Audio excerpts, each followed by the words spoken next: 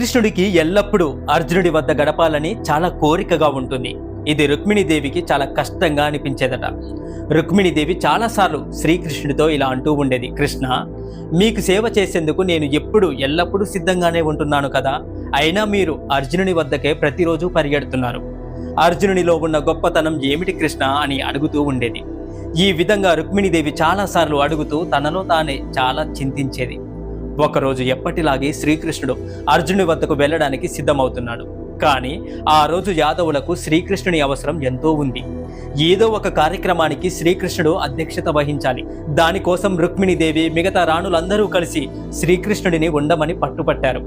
ఆపడానికి రకరకాలుగా ప్రయత్నం చేశారు. కానీ శ్రీకృష్ణుడు ఎవరి మాటలు లెక్క పెట్టకుండా అర్జునుడి దగ్గరికి వెళ్ళిపోయాడు. శ్రీకృష్ణుడు వెళ్ళేసరికి అర్జునుడు అప్పుడే అడవిలో వేటకు వెళ్ళొచ్చి అలసిపోయి తలస్నానం చేసి శయ్య మీద విశ్రాంతి తీసుకుంటున్నాడు.